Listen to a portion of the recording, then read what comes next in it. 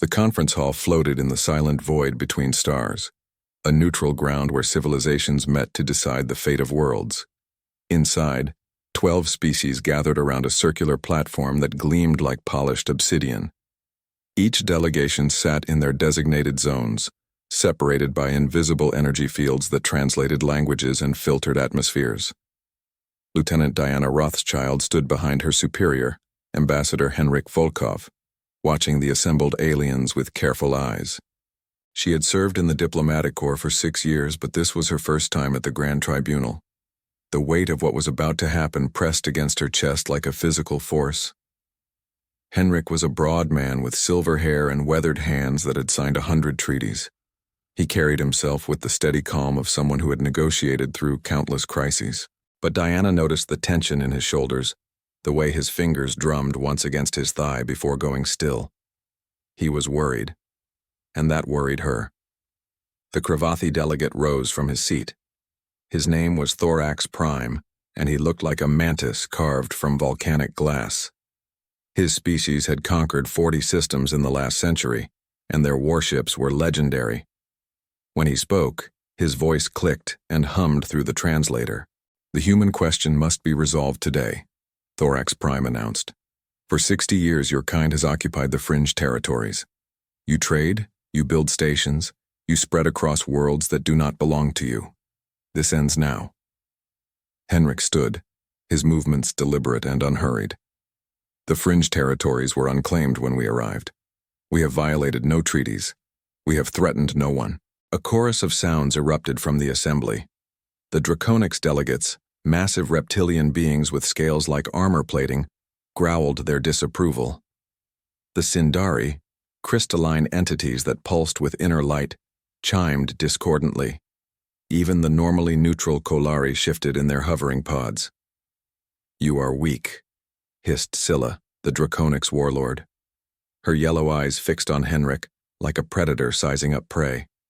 "Your ships lumber through space like wounded animals. Your colonies are defenseless. Your military consists of patrol vessels and security forces. You exist in our galaxy because we permit it." Diana felt anger flash through her veins, hot and immediate. She had spent 3 years on Haven Colony, watching families build homes and children play in artificial gardens under protective domes. She had seen the careful work humans had done to terraform barren moons and asteroids into livable spaces. Now these creatures spoke of her people as if they were insects to be brushed aside. Henrik remained calm. "We have always honored our agreements. We ask only to continue our peaceful existence." "Peace is for the powerful," Thorax Prime replied. "You are neither powerful nor essential. The Cravathi Dominion claims the fringe territories. Human settlements will be evacuated within 30 standard cycles. After that, any remaining humans will be considered hostile invaders." The pronouncement fell like a hammer. Diana saw Henrik's jaw tighten, the only outward sign of his reaction. Around the chamber, other species remained silent.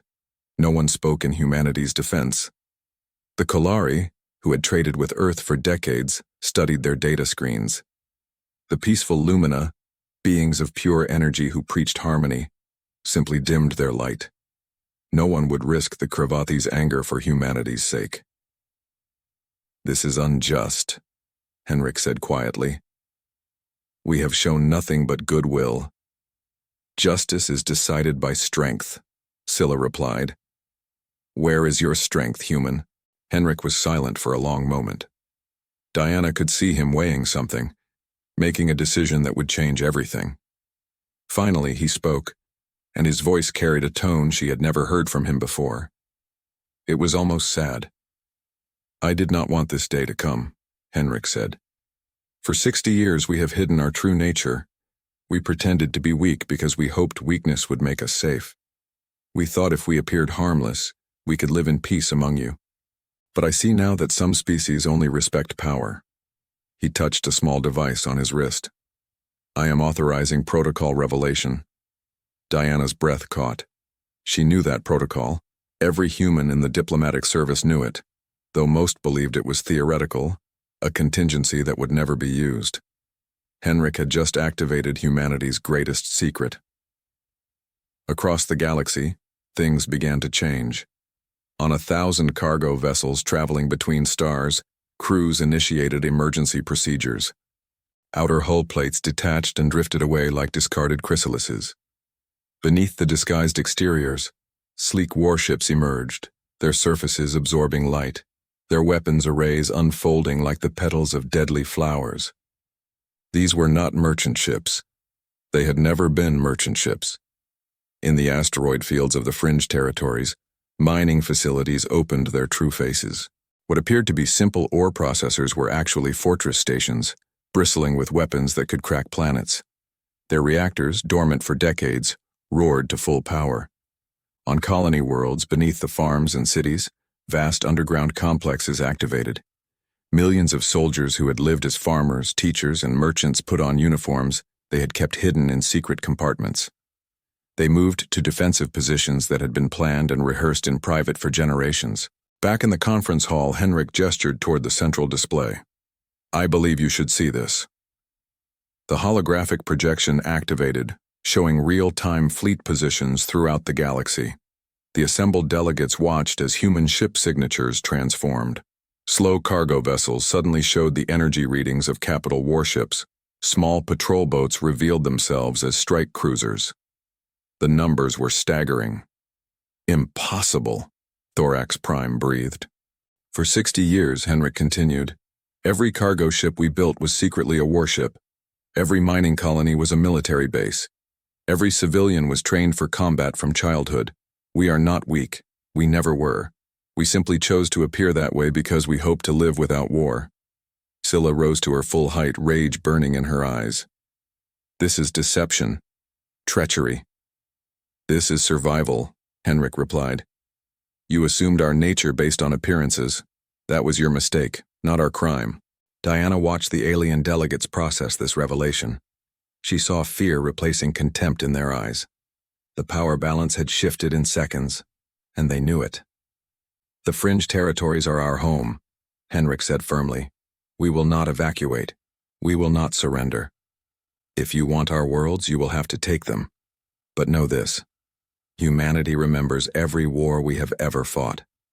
We remember the cost of violence. We became merchants and diplomats because we were tired of being soldiers. But we never forgot how." The chamber erupted in chaos as delegates shouted in dozens of languages. But through it all, Henrik stood steady, and Diana understood something profound. Peace was not weakness. Choosing diplomacy over violence was not surrender. But sometimes, the only way to preserve peace was to remind the warlike that behind every peaceful face could stand a warrior who simply chose not to fight. The question now was whether the galaxy would accept humanity's revelation, or whether they would test Earth's true strength. Diana suspected they would soon find out. For 6 long hours, the emergency session raged on. Delegates from across the galaxy shouted, threatened, and postured. All the while, the human ambassador, Henrik Volkov, sat calmly at his table. Behind him, I stood watching the chaos, a strange mix of anxiety and pride churning inside me. For 60 years, the galaxy had seen humanity as weak, as harmless traitors. Now, that illusion was shattered like a crystal goblet dropped on a marble floor. Thorax Prime, the commander of the Cravathi Dominion, was the first to regain his composure. His mandibles clicked rhythmically, a sign of deep thought. The Cravathi had built their empire on cold, calculated aggression, and I could practically see him running combat simulations behind those black, multifaceted eyes. "You have deceived the entire Galactic Council," he said, his translated voice sharp and precise. "But this revelation does not change our claim. The Cravathi Dominion still demands the fringe territories. If anything, your deception justifies immediate military action. You've proven yourselves untrustworthy." Henrik leaned back in his chair, a shockingly casual gesture given the gravity of the situation. "We deceived no one," he replied. "We simply allowed you to believe what you wished. When humans first arrived on the galactic stage, we showed you our cargo vessels and colony transports. You assumed that was all we had. You never bothered to ask if there was more." "Semantics," hissed Scylla, the Draconic's warlord. Her scales had darkened to a deep, furious crimson. You speak of honesty while hiding an armada, and you speak of justice while planning to seize worlds that don't belong to you, Henrik retorted smoothly. Let's dispense with the pretense. The Crivati want the fringe territories for their rich mineral deposits. The Draconics support them because of a military alliance. Neither of you care about law or fairness, you care about power and profit. I had to admire his directness. All diplomatic softness was gone, and it was working. Several delegates from smaller species were nodding, their own long-held frustrations with the dominant powers finally finding a voice. Resonant 7, the Kolari delegate, a being of shimmering liquid floating in a containment sphere, spoke for the first time. The humans raise valid points.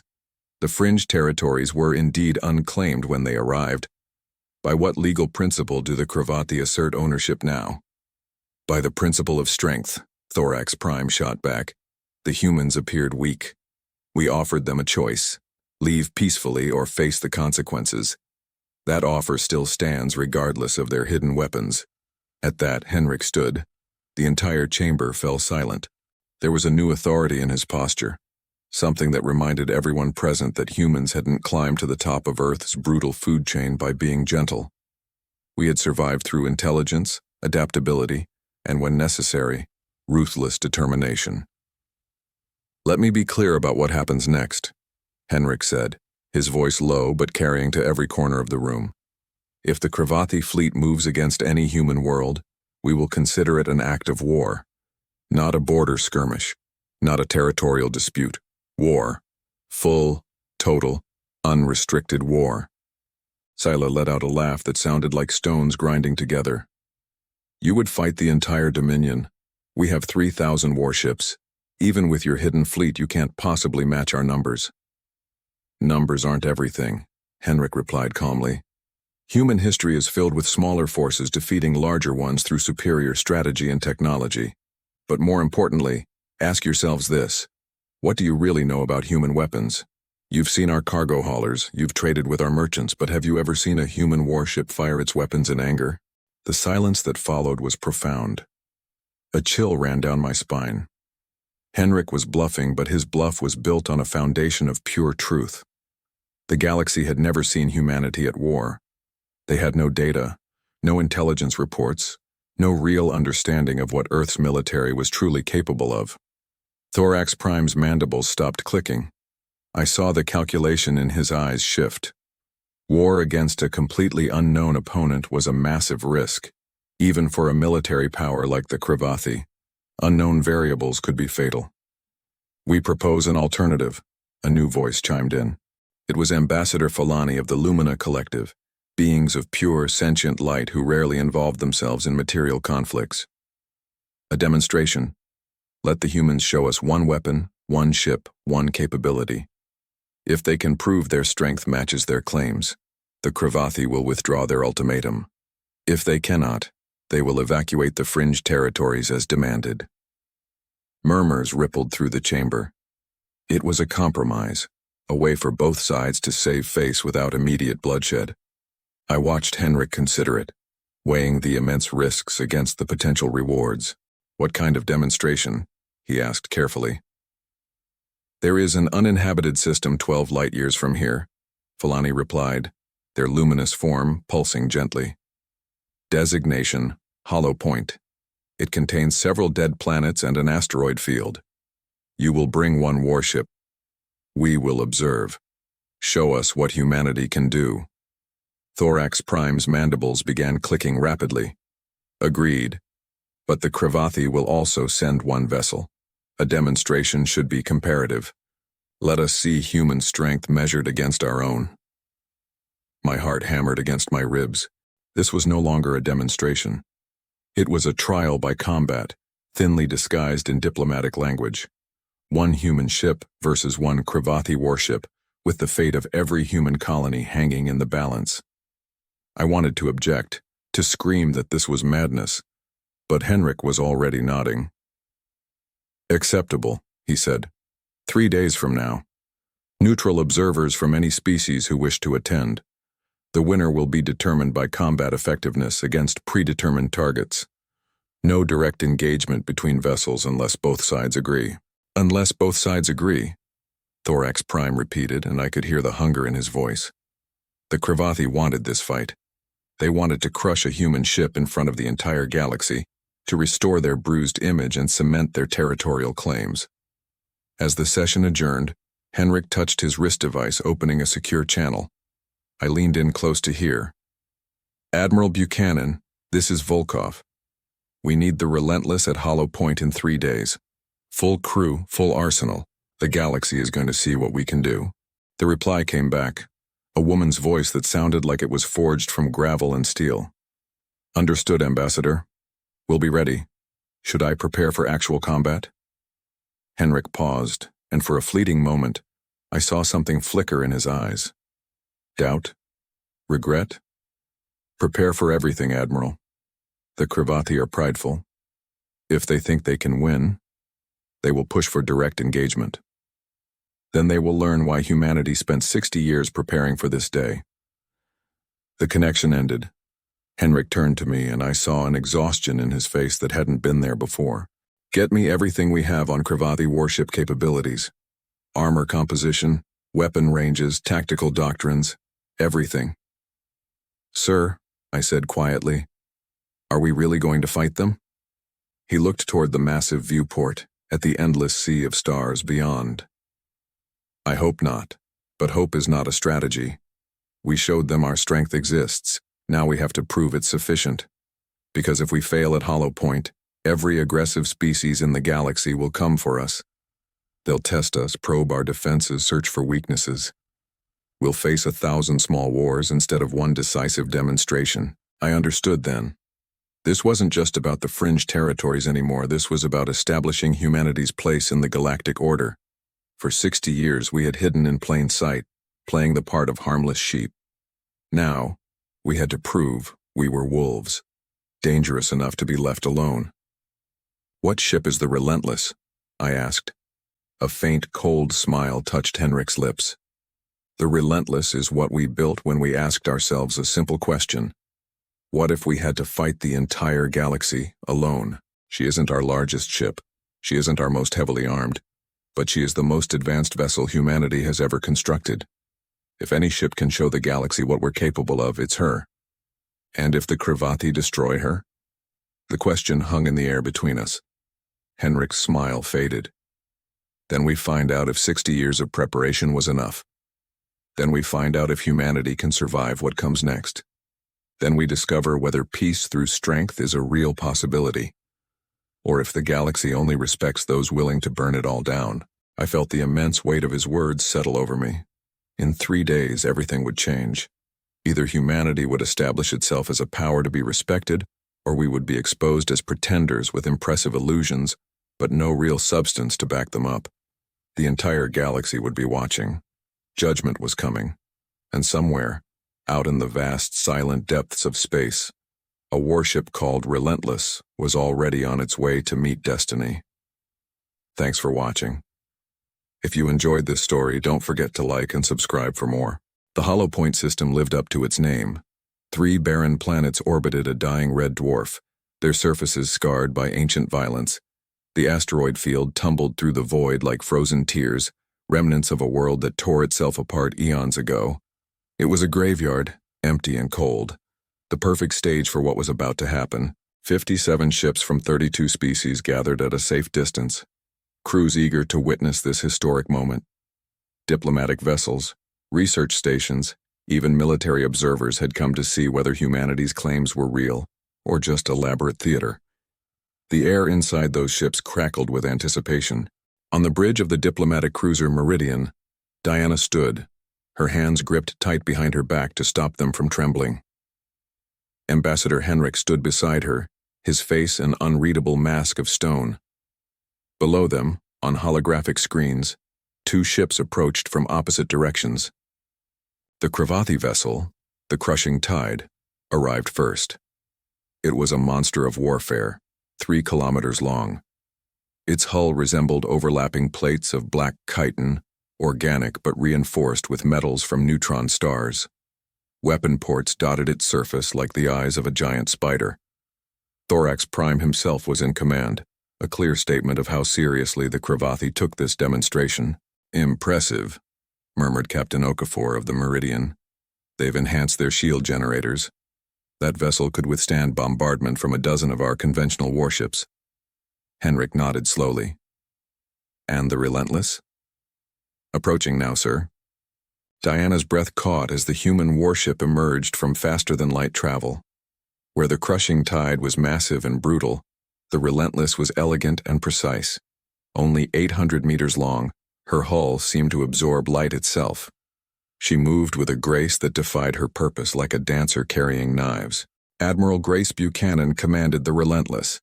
She had joined humanity's hidden fleet at 18, rising through ranks that officially didn't exist. She had spent her entire adult life preparing for a war everyone prayed would never come. Now she would show the galaxy what that preparation had purchased. The demonstration began. Both ships were given identical targets: derelict satellites, dense asteroids, and armored drones. The Cravathi went first, and their display was magnificent. Plasma cannons boiled asteroids into vapor. Kinetic accelerators shattered drones with single shots. On the observation vessels, species that had long feared the Cravathi murmured their appreciation. This was the power that had conquered 40 systems. Then it was humanity's turn. The Relentless drifted forward, looking small, almost fragile. "Relentless to all observers." Admiral Buchanan's voice came through, calm and clear. "Beginning demonstration." What happened next would be analyzed by military strategists for generations. The Relentless didn't just destroy the targets, she dissected them. Beam weapons of impossible precision carved asteroids into perfect geometric shapes before vaporizing them. Her missiles moved with an AI that bordered on sentience, striking with surgical accuracy. Then she demonstrated something that made every military observer sit bolt upright. A massive asteroid tumbled through space. The Relentless fired a single weapon, a lance of blue-white energy that seemed to tear reality itself. The beam struck the asteroid and passed right through it. For 3 seconds nothing happened. Then the asteroid simply ceased to exist. No explosion, no debris. It was there, and then it was not. "Quantum disintegration," Captain Okafor whispered. "Those madmen actually built it." Thorax Prime's voice crackled across all channels. "Impressive technology. But combat is chaos. I challenge the Relentless to direct engagement, no restrictions. Fight until one vessel surrenders or is disabled." Diana's heart plummeted. This was what Henrik had feared. The Cravathi wanted blood. They wanted to humiliate humanity in front of the galaxy. "Admiral Buchanan," Henrik said quietly into his communicator, "you do not have to accept." Grace Buchanan's laugh was soft and sad. "With respect, Ambassador, we've proven we have interesting weapons. We haven't proven we can fight. If we decline now, they'll think we're afraid. Sometimes the only way to preserve peace is to show that war would be too costly." "Let me show them, sir. Let me show them what humanity can do when we stop pretending." Henrik closed his eyes. "Do what you must, Admiral, but remember, you are fighting so our children can grow up in peace." "I understand, sir," she replied. "I have children of my own on Haven Colony. I know exactly what I'm fighting for." The two warships separated. The battle began without ceremony. The crushing tide surged forward, weapons blazing, unleashing overwhelming firepower. But the Relentless danced. She moved through the incoming fire with impossible agility. Missiles passed through empty space where she had been microseconds before. All the while she returned fire with deadly precision. But the crushing tide was a beast. Her shields absorbed hits that should have crippled her. Thorax Prime was a brilliant commander and began to predict her movements, tightening the net. A plasma bolt clipped the Relentless's starboard side. Alarms wailed. Hull breaches sealed, but the hit did damage. "Come on," Diana whispered, her nails digging into her palms. The Relentless spun, using an asteroid for cover. When she emerged, her posture had changed. She was no longer evading. She was attacking. Beam weapons hammered the crushing tide's shield generators. One failed, then another. The Cravathi ship's shields flickered and collapsed. Now it was armor against weapons. The two vessels closed in, trading fire at point-blank range. The crushing tide's hull cracked, but she gave as good as she received. The Relentless's elegant exterior became scorched and pitted. Then Admiral Buchanan did something that would be debated for centuries. She accelerated directly toward the Cravathi vessel, aiming for their main reactor. It looked like a suicide run. At the last possible second, the Relentless fired every weapon she had. The assault overloaded the crushing tide's remaining defenses and struck its reactor shielding. The massive warship's power systems cascaded into failure. Lights died, weapons went silent. The great vessel drifted, crippled and helpless. The Relentless pulled up. She could have finished them. Everyone knew it. Admiral Buchanan's voice came across all channels. "Crushing tide, this is Relentless. You fought with honor. This demonstration is complete." Silence. Then slowly, Thorax Prime replied, his voice holding something new. "Respect. Relentless, your skill is recognized. The Cravathi Dominion withdraws its claim on the fringe territories." Across the observation fleet, reactions varied from relief to fear, but all understood one thing. The galaxy had changed. The quiet human merchants had shown their true face. Diana felt tears streaming down her face. Henrik placed a hand on her shoulder. "It is over," he said quietly. "No, sir," she replied. "It is just beginning. Now the galaxy knows the truth. Now we can finally stop pretending." Henrik smiled. "Yes, now we can be who we truly are." He looked out at the stars. Perhaps now they will understand that humanity's greatest weapon was never our ships or our technology. It was our patience, our willingness to appear weak while we grew strong. The Relentless limped back toward human space, damaged but victorious. And on dozens of worlds, representatives began crafting messages to their homeworlds with the same essential truth. Humanity was not what it appeared to be. And in the hidden command centers on Earth, leaders began the process of revealing their secret fleets to their own people. The secret was out. Across human colonies, children played in their gardens, safe now not because they were hidden, but because they were defended. They didn't know that a single ship had just fought for their future. They didn't need to. They just needed to grow up in peace, which was exactly what their protectors had fought to preserve.